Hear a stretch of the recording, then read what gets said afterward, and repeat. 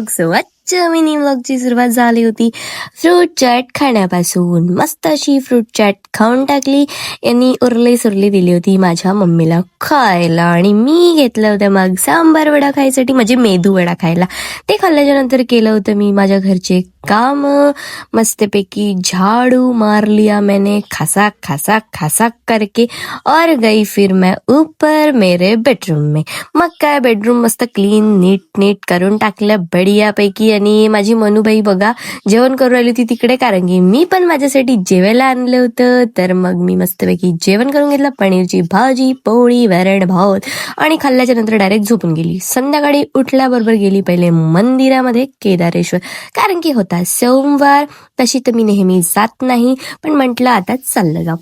मग घेतला तिथून गडवा आणि भरून घेतला गडवा पाण्याने, आणि तो त्या गडव्यात पाणी भरून नेलं मी आपल्या शिवजीच्या पिंडीवर पाणी टाकायसाठी. आणि खूप सगळे लोक होते तिथे, जास्त गर्दी नाही दिसली मला जशी पाहिजे तशी.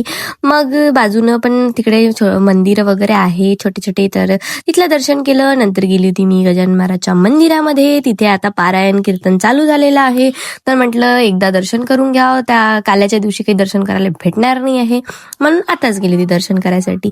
आणि हे ते बघा किती मस्त हॉल सारखं केलंय त्यांनी. इथेच होत असते सकाळी पारायण, संध्याकाळी कीर्तन. छान असे लोक ऐकायला जाते. कधी तो दिवस येईन काय माहित, मी पण जाईन ऐकायसाठी.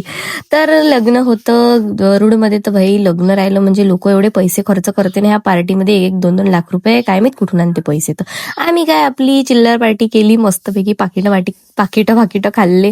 आणि घरी आल्याच्या नंतर मस्त गरम गरम ब्रेड पकोडा आणि मस्तपैकी मूग पकोडे खाऊन घेतले. मी माझ्याकडून कंट्रोल नाही झालं, तर माझी मम्मी ह्याच्या मीच पहिले ठोसून घेतलं. माझी मम्मी पाण्याचा ग्लास आणायला गेली होती, तोपर्यंत मी अर्ध चपाट करून टाकलं आणि मग काही जेवण केलं नव्हतं.